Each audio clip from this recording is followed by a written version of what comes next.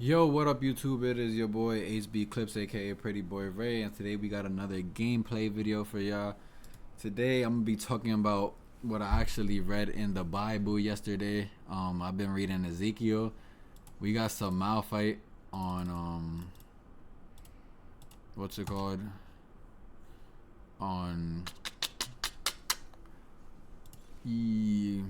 Aram. So I'm gonna probably do a Malphite build, but I mean an AP build. But I just wanted to get this off my chest because since I've been doing the reading, bro, might as well, you know what I'm saying, spread a little bit of enlightenment on what I've been learning from my readings and stuff. So what I have read yesterday, basically in Ezekiel, is about like God having to come to terms with the fact that we are not the best as like people, and how we're like he just, yes, he gives us grace, but he's also like kind of like over, like, okay, like I've done all of this for y'all and y'all can't even like just follow my rules, my statutes and commandments. And then again, I'm also on the Old Testament, so as y'all know, it is a coherent line. So what I'm reading now may not be what ends up happening in the by the end of the Bible, but he's kind of just saying like, yo, I give you a chance after chance, and I've let the people I've made a covenant with in the past allow y'all to find grace and forgiveness in everything that I'd be trying to instill in y'all. But he's kind of just like at the point where he's like, I'm not gonna do that anymore because it's like enough is enough. Like y'all either gonna follow my statutes and commandments, or y'all gonna just deal with the problems that y'all gotta face because y'all don't want to listen. And it kind of like opened my eyes about how like a lot of people see perfection in like, oh, well, God knows everything, so why does this blah blah blah blah blah, this that. And even though God does know everything, it's like we still have the free will to do as we please. So he's not looking to us in a way of like, oh, I know y'all gonna fail, so I'ma just like, oh, like this is over with. Like the people that I know can be saved are saved. The people that can't be saved, oh well, like y'all cook GG's. But he sees it more of as like, okay, I'm gonna give y'all a chance, and whether or not y'all see or y'all follow the way that y'all supposed to follow, it's completely up to y'all.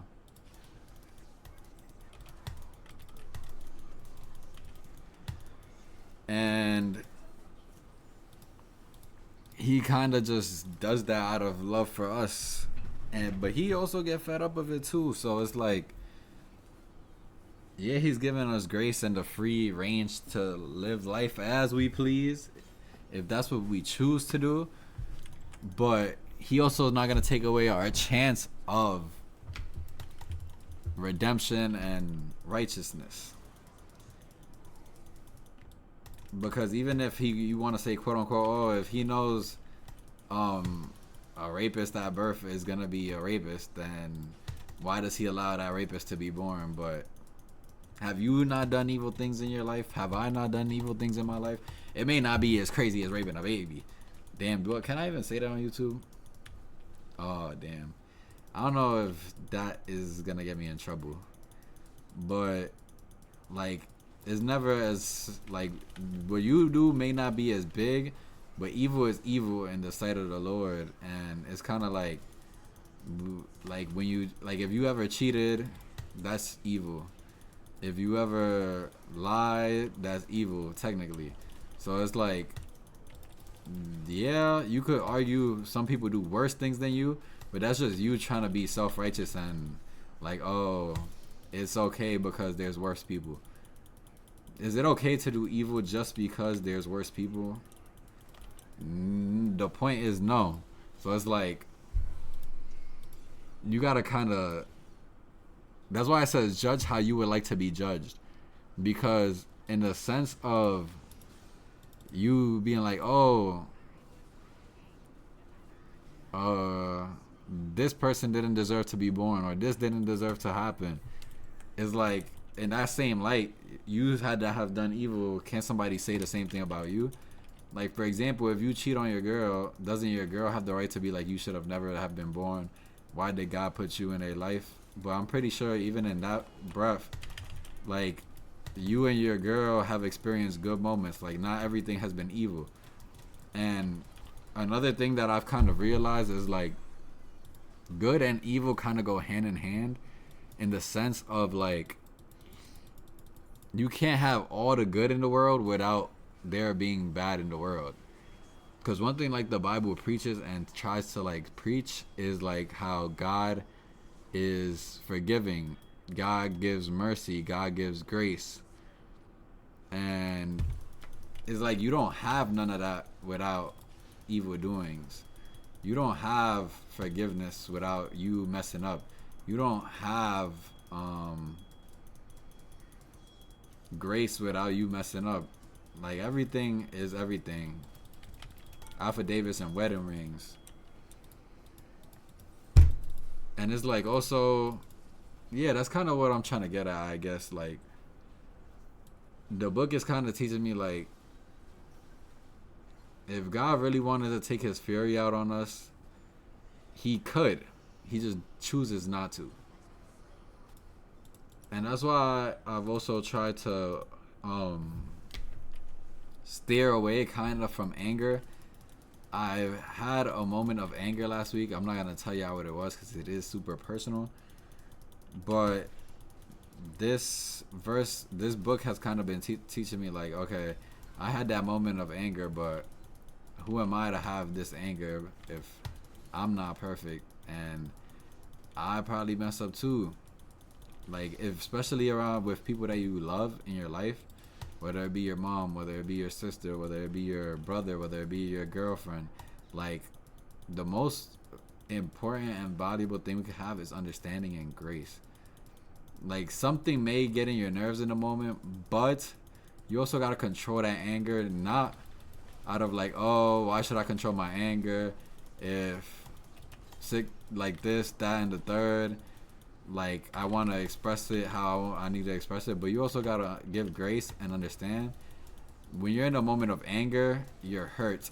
And if you express your hurt in a place that comes from hurt, you're expressing to hurt or spread the hurt that you feel, if that makes sense.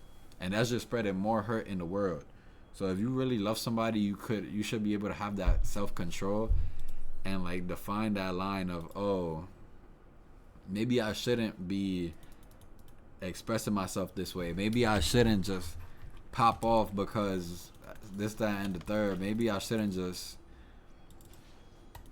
like, crash out basically at every situation.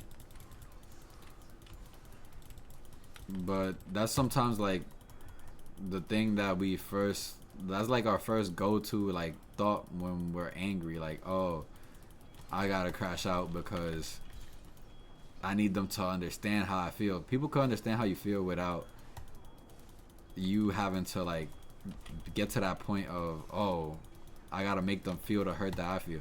Now, sometimes there's people that don't hearken onto how you feel, but then that's where you also have to have the discernment and the judgment to be like, oh, is this person really for me? If I can't express myself to this person without it being a problem, is this person really for me?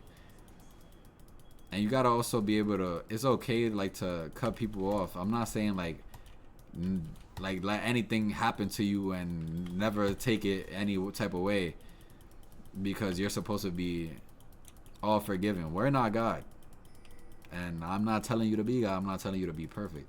I'm just saying, if it's in a way where, like,